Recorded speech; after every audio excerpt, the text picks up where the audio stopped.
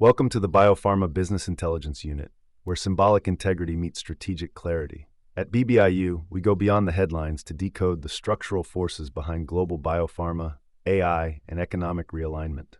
If you value precision, verification, and symbolic depth, this channel is for you.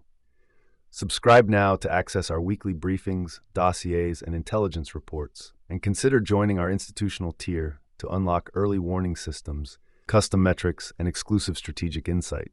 You're not just listening, you're entering the future of epistemic intelligence. www.biopharmabusinessintelligenceunit.com. On September 22, 2025, SK Group Chairman Chey Tae-won reaffirmed in an interview with Yomiuri Shimbun that SK is co-developing next-generation photonic semiconductors with Japanese partners, notably NTT, within the framework of the IOWN project.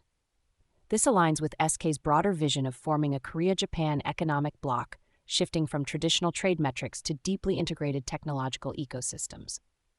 Confirmed collaborations include SK's work with NTT, Sony, Intel, and Tokyo Electron on advanced photonic technologies, alongside SK Hynix's involvement in optical semiconductor R&D. Japan's $45 billion investment in IOWN and SK's strategic interest in deeper integration underscore a clear trajectory.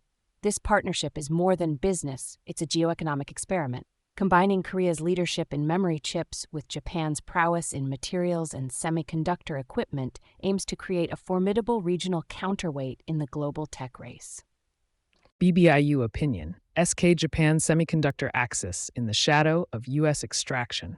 References: Yomiuri Shimbun, Chey Tae-won, Sep 22, 2025. Korea Jungang Daily, Business Korea, Reuters, Mail Kyungjae Asia Economy, BBIU White Paper, From Copper to Light, Photonic Computing and the Path to Room Temperature Quantum Processors. Executive Layer. Chey Tae-won's public reemergence is not coincidental. It follows three converging pressures: U.S. overreach, a forced $350 billion investment package, punitive tariffs, and now a $100,000 H-1B visa fee that directly undercuts SK's ability to deploy Korean engineers into U.S. plants.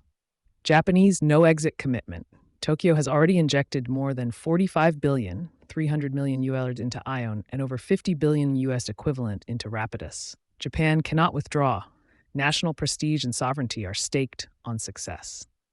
Korean political paralysis. President Lee Jae-myung, bound by a left-wing political base, cannot openly align with Japan despite the clear industrial logic. This leaves private actors, SK, Samsung, pushing integration while the state posture remains ambivalent. Industrial strategic reading.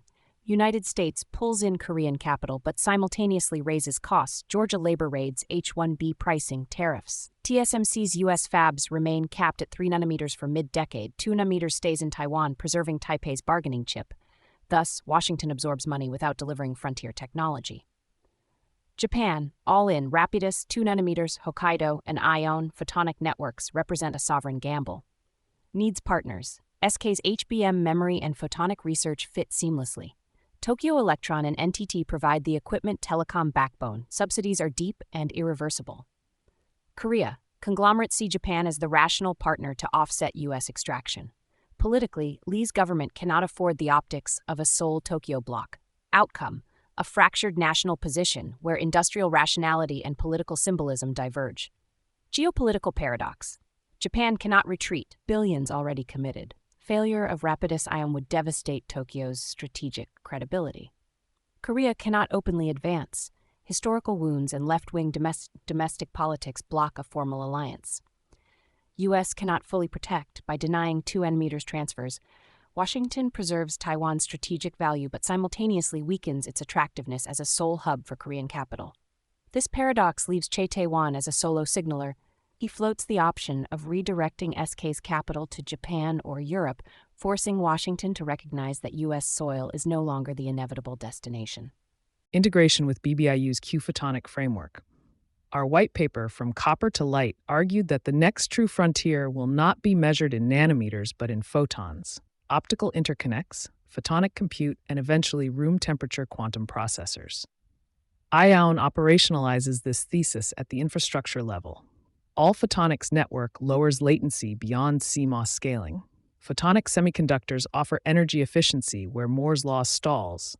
SK-Japan collaboration symbolizes the pivot from transistor shrinkage to photonic integration. Thus, while the U.S.-Taiwan axis remains locked in 2-nanometer sovereignty, the Japan-Korea axis signals the first embryonic bloc aligned with the post-silicon era. Final structural verdict. BBIU assesses the SK-Japan semiconductor collaboration as more than opportunistic.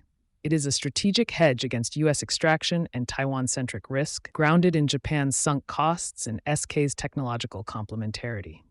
For Washington, Chey's statements are a warning. Incentives must be real, or capital will seek other blocks. For Tokyo, failure is not an option. Rapidus and IOWN must succeed to justify billions already locked in.